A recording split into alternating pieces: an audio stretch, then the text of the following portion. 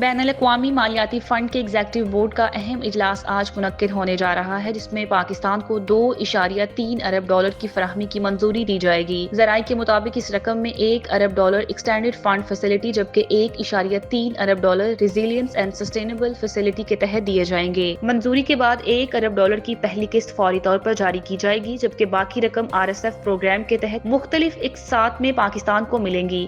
IFF programme کی مدت 37 ماہ جبکہ RSF کی مدت 28 ماہ مقرر کی گئی ہے۔ وزارت خزانہ کا کہنا ہے کہ اس اجلاس میں موجودہ قرض پروگرام کا پہلا جائزہ پیش کیا جائے گا اور پاکستان نے اس دوران اہم معاشی اہداف کامیابی سے حاصل کیے ہیں، جن میں ٹیکس ٹو GDP تناسب، پرائمری بیلنس اور صوبائی سرپلس شامل ہے۔ معاشی ماہرین کا کہنا ہے کہ IMF کی جانب سے یہ فنڈنگ پاکستان کی معیشت کو سہارا دینے اور مالیاتی استحکام کو برقرار رکھنے کے لیے نہایت اہم ہے۔ اس دوران بھارت کی جانب سے اس اجلاس کو رکوانے کی ناکام کوشش بھی کی گئی، تاہم ناکامی کے بعد بھارت نے بورڈ میں موجودہ اپنے نمائندے کو عہدے سے ہٹا دیا۔ یاد رہے کہ آئندہ مالی سال کے بجٹ کی تیاری کے لیے IMF کا وفد 14 مئی سے 22 مئی تک پاکستان کا دورہ کرے گا، جس میں بجٹ اہداف اور مالیاتی پالیسیوں پر اہم مذاکرات ہوں گے۔